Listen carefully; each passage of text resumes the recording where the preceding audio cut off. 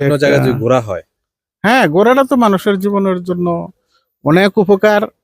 এটা একটা মেডিসিনের চেয়ে বেশি কাজ করে। ভ্রমণ মানুষ এটা আসার পর তো দেখলাম যে অনেক পর্যটক হ্যাঁ অনেক পর্যটক। আমরা রাতারগুল আসলাম, তো নৌকা জি, রাতারগুল। দীর্ঘ নৌকা ভ্রমণ শেষে কিন্তু আমরা একটা জায়গাতে নামলাম। জি।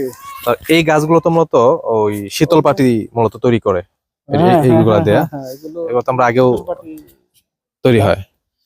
আর এমনি যা বড় বড় গাছগুলো আছে, মুক্তা, এখানে তো মুক্তা গাছ বলে। মুক্তা গাছ এটা হলো মুক্তা গাছ আমরা হিসেবে যে আর কি। শীতল পাটি গুলা মূলত ব্যবহার করি এখানে। হ্যাঁ এখান থেকে ওই মুক্তা গাছ থেকে। তো ওই রাতারগুল আসার পর মানে কেমন লাগতেছে? না অনুভূতি? এই যে বন এলাকায় আসলে হুম। মোটামুটি সবারই ভালো লাগে, কারণ আর ঘুরলে মানে প্রাকৃতিক বিভিন্ন যে জায়গায় যে একটা- ঘোরা হয়।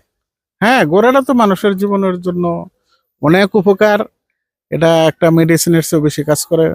ভ্রমণ মানুষ এটা আসার পর তো দেখলাম যে অনেক পর্যটক হ্যাঁ অনেক পর্যটক। এটাই তো মানে অনেক ভালো।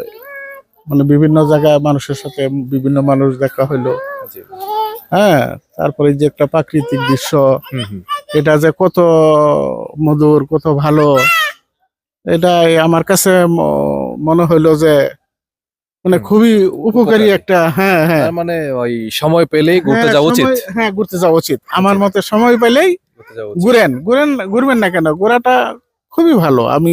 আমার ঘোরা দিয়ে আমি আমার অনুভূতি আসছে যে ঘোরাঘুরি করাটা ভালো। তবে যতটুকু পারি আমার চেষ্টা করেন হ্যাঁ সময় পেলে চেষ্টা করব। আমি ইনশাল্লাহ ঘোরার জন্য। মানে ঘোরার জন্য চেষ্টা করব। সময় রাতারগুল রাতারগুল। খুবই ভালো।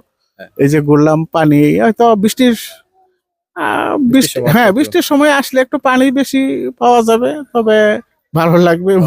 মনে হবে যে একটা এতে ঢুকছি। সুন্দর একটি প্রাকৃতিক হ্যাঁ, পরিবেশ। হ্যাঁ, বানর হঠাৎ বানর পাইছে। হ্যাঁ বানর প্রচুর বানর আছে, কিন্তু এখন নাই, খাবার দাবার নাই তো, কোনো ফলের গাছ নাই তো। কারণ এই গাছগুলোর তো কোনো গোটা নাই, না না না। যার জন্য তাদের খাবার দাবার নাই। এরা বিভিন্ন এলাকায় চলে গেছে, মারা গেছে। তো আপনারা সময় পেলে এই ঘুরতে আসবেন রাতারগুল, ভালো লাগবে আপনাদের।